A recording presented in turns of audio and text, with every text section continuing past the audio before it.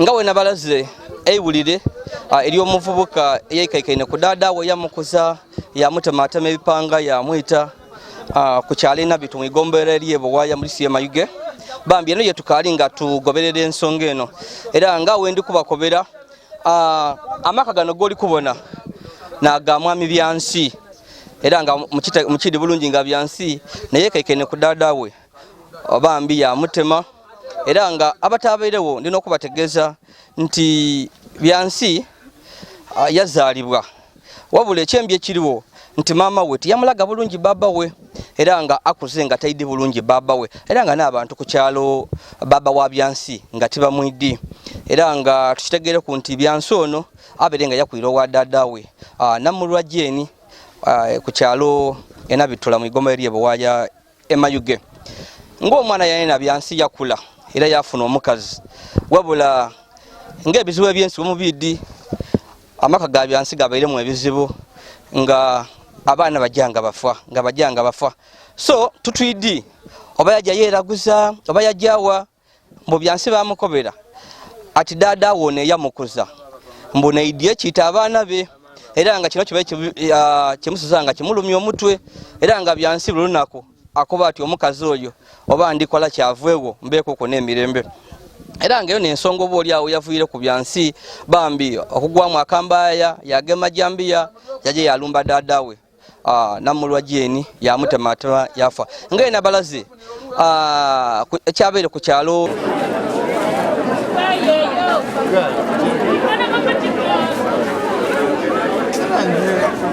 afunye ekikangabwa obwire bwabise saawa 3 nga omukaire namulwa jeni yatemeebwa mu jokoni nga ali kufumba yayokyebwa n'omuliro aye nga suspect tebereza omwidukulu we Byansi James ali ekanyabunda nga nasubiza okuba nga yeidi yakolaki yamutemula era nga agemeebwa ali ku police Mayuge. So tukobere kutagemagana obaire wagati wo mukaire ni Byansi oba oli okyamutebeza nti yavuire ko kola kino era embeera ebaire etya lwaki asubirizibwa okuba nti neyatemwira omuntu nti babairemu obutagemagana wagati w'okufa kw'abaana ba Byansi nga Byansi asuubiriza nti omukaire nakolaki naroga abaana b'okufa nga nisaawa eno omwana owundi nsubiramu amaani oli awo alina yali mu mbeera embi yabali ku police omukaire ono nakuziza omuvuka ono okuva obuto bwe maama we yatabuka omutwe saamukuumye okuva obuto paka yamugulira n'omukazi olwedde wetwogera bali kwebuga yakatunda engege yakoba nabali kuguza ati ndikutunda ludondolo ndikujakola mulimo gwange omulimu gwakuyita muntu ono ayo nendogera yegwere mu center yaida mu ngeri ye yaida yamukubanga ali mu jokoni yamuyita yamutematema obwina ku mulamu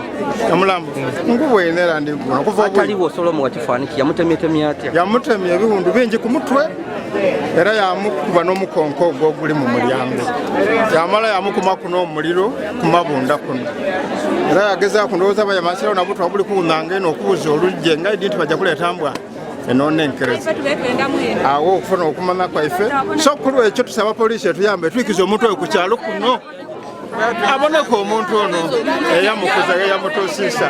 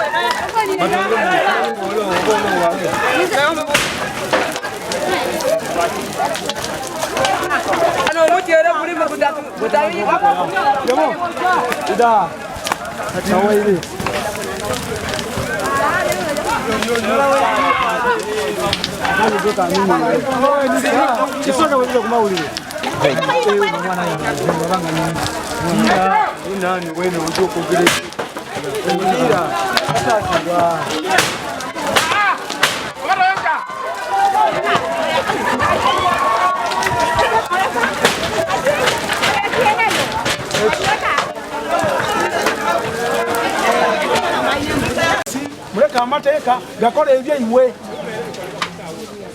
mpaka newe otandika okugema enumba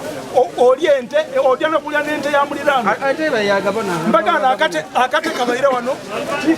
amangu ago ng'oli kwenda kunya akate lwaki otwala mpaka nebona bakusenga olungi batukoberedde abeire essaawa nga 2:30 eddewo obwire awo bawera ng'omukazi akuba enduulu mukazi akuba nduulu era twakitegeereku nti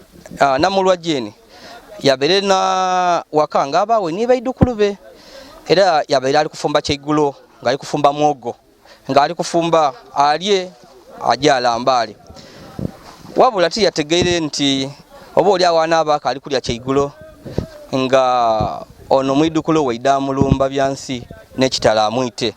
yabeire awo era yakobye obwidukulu bwe wabeera abana bo waka nti mujje mulambalenga kukawo ng'emmereya bambi tibwategere byabairewo omukyala tukobeibwa nti yabeire ali mu ifumbiro nga yekufumba mogo nga muli kubona ebifaanani ono byansi yaida bambi n'ekipanga yatandika okumutematema wabula yakoleisa obusungu obw'amaanyi no kuba yamutemye jambi emirundi egisoba 10 era kiro tikyamumalire yagama n'omukonko gona yatandika okumukuba obusungu okumana nga byansi yabeena bw'amaanyi olw'amazzi bino yatataawo ebintu oti mafuta okubuzaabuza nti oba abantu balowooze nti omukyalo ono anoire wabutwa so embeera tabeera etyo abataka ababeire awo n'abategeera ababeire okumpi n'abawulire endulu waba bagira okutuuka ng'ono mufu ng'ali mu ifumbiro afiire so embeera etyo awo yabeire era nga woli kubona gano n'amaka ga byansi wabeire awangalira ku kyalo Kanyabwina tikiri wala ino ni wala enabitu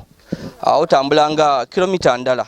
waba ng'otuuse wabula abataka be bakambwa ino obusungu babeina bw'amaanyi ino olwakino ekyakolebwa nga baka nti oba oli awo yandibire yengeri edindi byansi yandikoleisa